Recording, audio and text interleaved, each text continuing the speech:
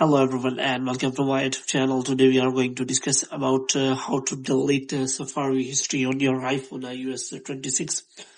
If you want to delete the Safari history and entire data of your browsing history, so how you can do that? For this, what you have to do, you have to watch this video completely.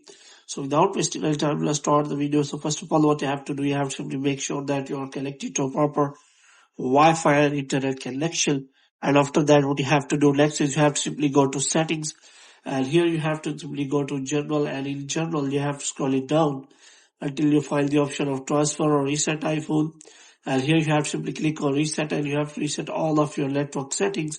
And after resetting all of your network settings, you have to simply go back.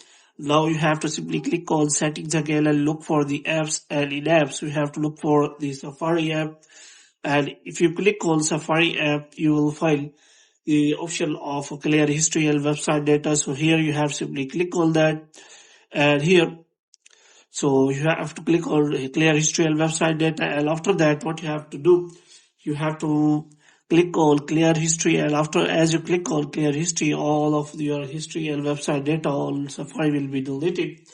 So if you want to check again, then you can simply click on settings again, and you have to go back. And if you click on Safari again, then this time it will not able to ask you clear history and website data. So this time it has been clean, but you have to make sure that you have selected the right clear time frame. So if you have selected last hour, it will be deleted on the last hour website and data.